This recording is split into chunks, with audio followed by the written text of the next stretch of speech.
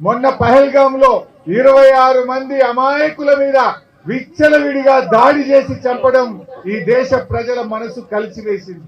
అంతేకాకుండా వాళ్ళు మతం పేరిట ప్రజల్ని అడుగుతూ చంపడం అనేది ఈ దేశ ప్రజల మనసును కలిసివేసింది.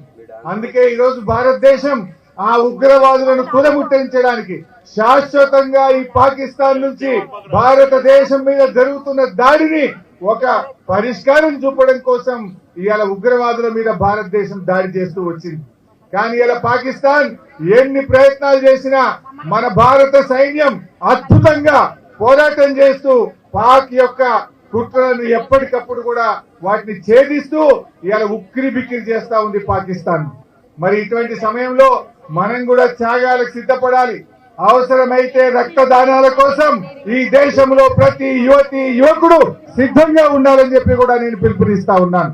ఒకవేళ సైనికుల కోసం ఏదైనా సపోర్ట్ అవసరం ఉంటే యంగ్ డాక్టర్స్ గా మా మల్లారెడ్డి మెడికల్ కాలేజ్ కూడా ముందుండి అన్ని రకాల వైద్యాన్ని అందించడానికి కూడా సంసిద్ధంగా ఉండాలని చెప్పి కూడా నేను పిలుపునిస్తా ఉన్నా.